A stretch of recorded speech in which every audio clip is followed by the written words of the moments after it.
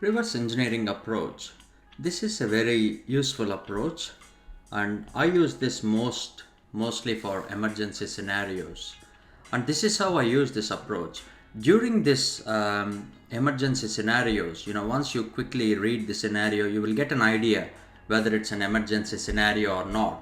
So how do you know if it's an emergency scenario or not? Just by looking at the symptoms they have given in the scenario. Something like severe chest pain, severe abdominal pain, or is crying, or the patient is unconscious, or this is not able to breathe, is having extreme difficulty. When they use such words, it's most likely an emergency scenario. And this is how I deal when the scenario has got such words.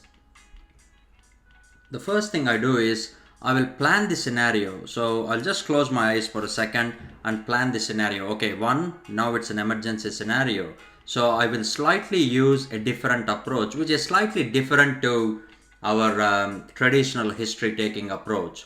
So the reason I use the word reverse engineering is you start the management first, then you ask the vitals, then you will go into history. This is something reverse of what we do usually in real life.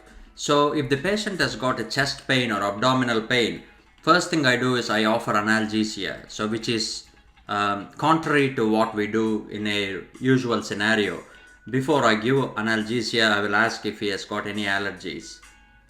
Then I will ask the examiner if the patient is ill or well, and irrespective of the examiner's answer, I will ask for vitals of the patient. This actually tells the examiner that you are actually, what you're dealing with. You know that you're looking if the patient is stable or not stable.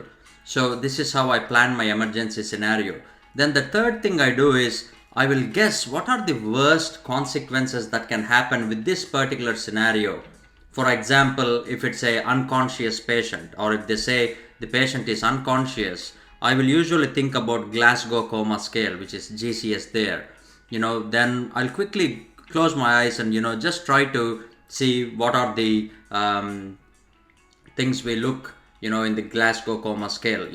Once you go into the room, when the examiner asks you those questions, or when you have to think about it because you are under pressure that the patient is there in the room or the examiner is in the room, so you will probably not think smart. So that's why I usually think about such things outside the room, things like Glasgow Coma Scale. I think about CPR guidelines, just in case in some scenarios the patient will become unconscious while you're taking history, then you should know how to do a CPR.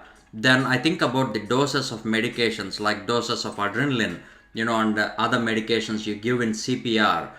This is because it makes your life easy, and I usually plan my emergency scenario like this. And this is, again, as I said, it's a brainstorming way. This is the best way of dealing with an emergency scenario.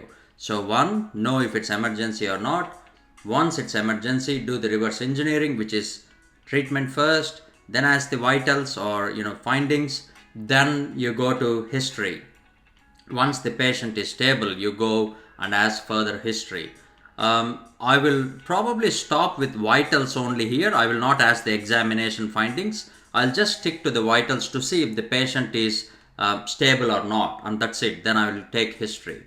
Okay, again, when you start history, you start with introducing yourself, asking open-ended questions, and routine way of history taking.